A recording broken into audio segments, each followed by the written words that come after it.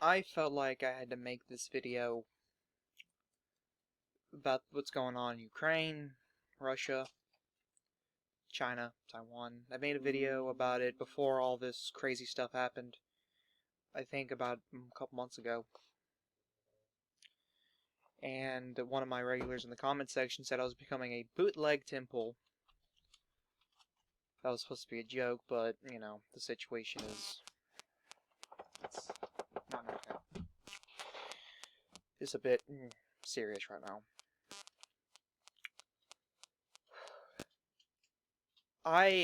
We all know I am an isolationist. Avid, very...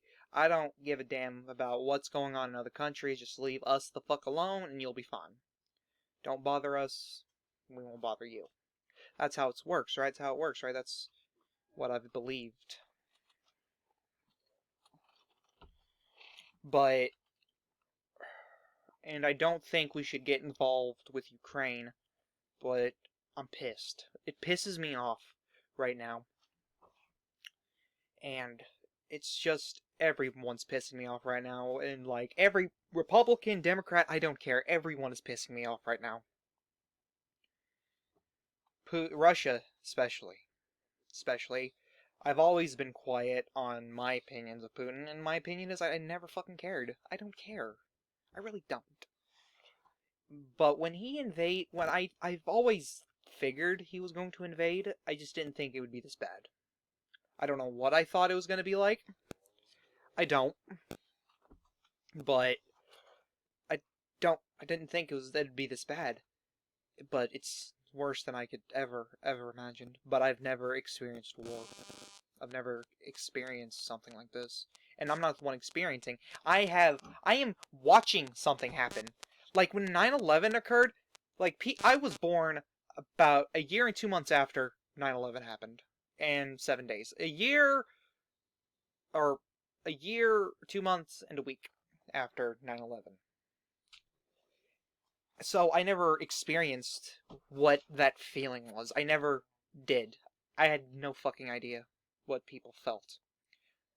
It was very ignorant. I don't know if this is anything like that, but I'm pissed. I don't think we should go to war over it, which I feel like is going to happen. Because that's what the establishment wants. They want to go to war. Both Republican and Democrat establishment. Watch, I guarantee you, when an emergency joint session of Congress occurs, there's going to be a coalition of establishment politicians, both Republican and Democrat on one side, and a coalition of anti-war politicians on the other, a coalition of Republicans and Democrats. And we'll see who needs to go and who needs to stay. We'll see through that. But, and I don't know if a declaration of war would be successful. I don't know. I doubt it, but we'll just have to wait and see. I don't know why I'm pissed about this. I don't know why. I don't understand these emotions. I don't.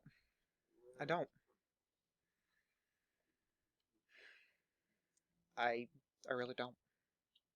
I wish I knew. I could explain it better if I knew, but I don't.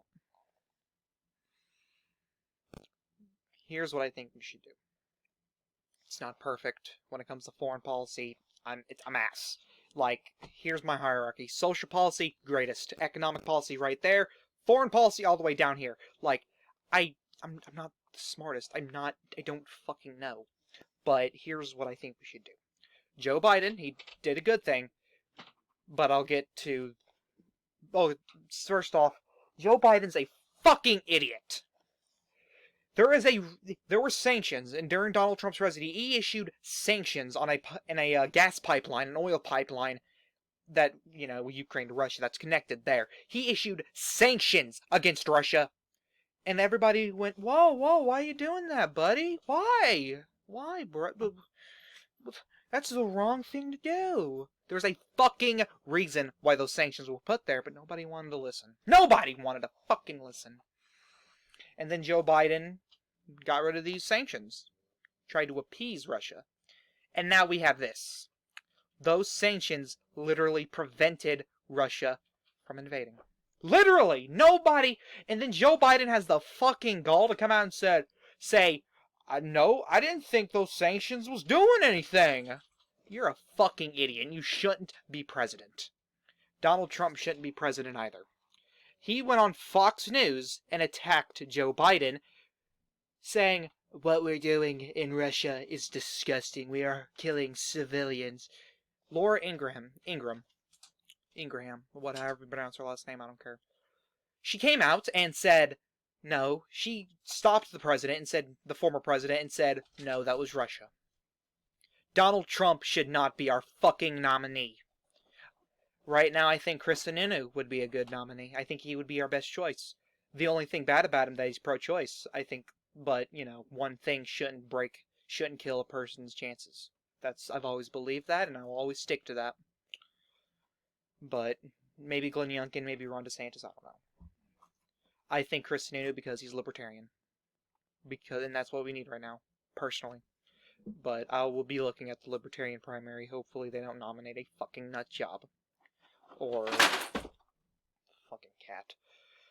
But Joe Biden did bring these sanctions back, which is good, but now it's not going to do nothing. It's not. At this point, it's too late. It is. But now here's what we need to do. We need to do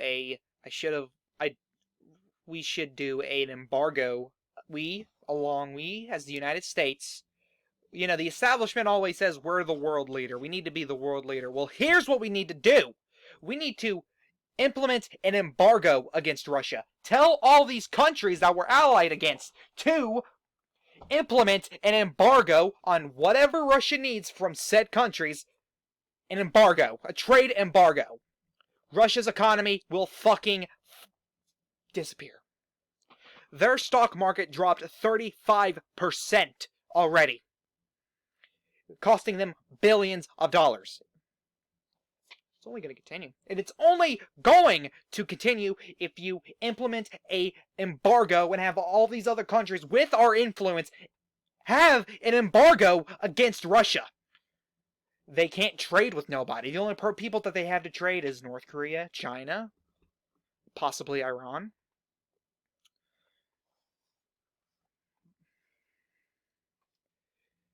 But Russia needs a lot of stuff from these European countries, from us. Oil especially. Agriculture. What the hell are they going to do without it? They will go into a depression. They will. That's the price. I mean, there is a hacker group called the Anonymous. If you don't know them, look them up. They're very cryptic most of the time, but they weren't very cryptic when they said this. They are issuing a cyber war against Russia. Those are the last people you want to piss off. Is a bunch of hackers who was, I think, on the FBI watch list because of their hacking ability. They have fucking documents, government documents we haven't seen. And if the government, United States government, pisses them off, they release them. There is a reason why our government hasn't done anything dumb like that, because of this group. But they don't get the attention they deserve. And while all this is happening, China is preparing to invade Taiwan. Nobody is even talking about it. You think the whole Taiwan situation just disappeared? No, it didn't. It did not disappear.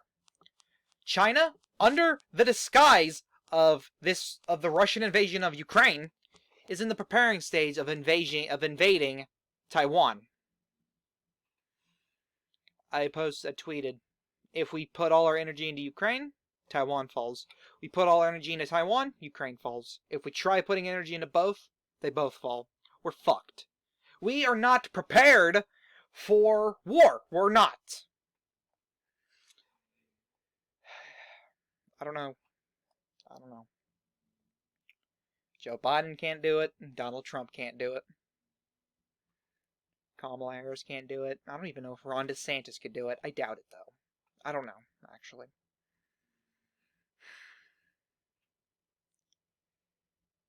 But we need to, and after you embargo Russia, We need to take our navy up to Alaska, do a naval blockade. There's a very tiny border between in the ocean of Alaska and Siberia, or the Siberian coast of Russia. You put a naval blockade, so none of their allies can get there. The problem is that China's right there, so they can easily get there. That's why you do a naval blockade on China as well. Their economies will fall if you do this. Now, I know this video isn't going to reach many people, so it won't happen. Though I hope and I pray an embargo, naval blockade, it will happen. And if Russia attacks our naval blockade, well, that's their death sentence. Really. I really do think that. Because if they attack us, then in my opinion, we've got full aim to invade. Here's what you need to do if they attack us, or any of the other countries that we're allied with. You take the European countries, bring them all together, you invade from the west. Then you take the naval blockade that you had, and start moving into the Siberian coast and invade from the east. And then you do exactly what they did to Ukraine. Yeah. But that might lead to World War. And that's what it feels like is about to happen. A world war. It's scary, man. It really is. Again, I'm not the smartest when it comes to foreign policy. Maybe Joe Biden and his foreign policy advisors have an idea that's completely better. I don't know. Okay?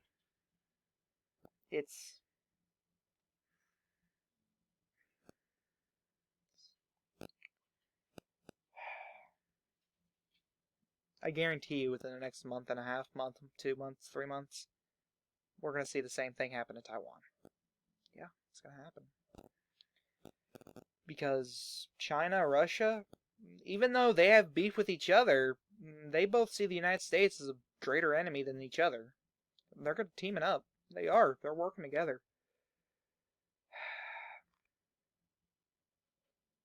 It's crazy, man. We're going to lose Ukraine. We're going to lose Taiwan. But have you ever heard of the Strauss generational theory? The four turnings theory, it's also called. There's four turnings, typically every 80 years or so. And the theory pretty much says that we are currently in the fourth turning, and in the fourth turning of every cycle, there is a massive disaster. Whether it's war, a pandemic, famine, depression, economic depression, I mean. And right now, the theory states that we are currently in the fourth turning, with the beginning of 9/11, with the continuation with COVID.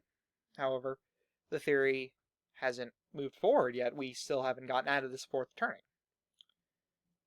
I think this war is it.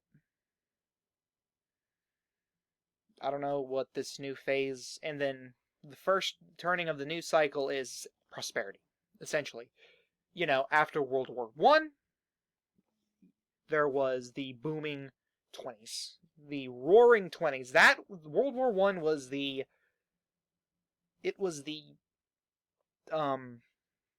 fourth turning.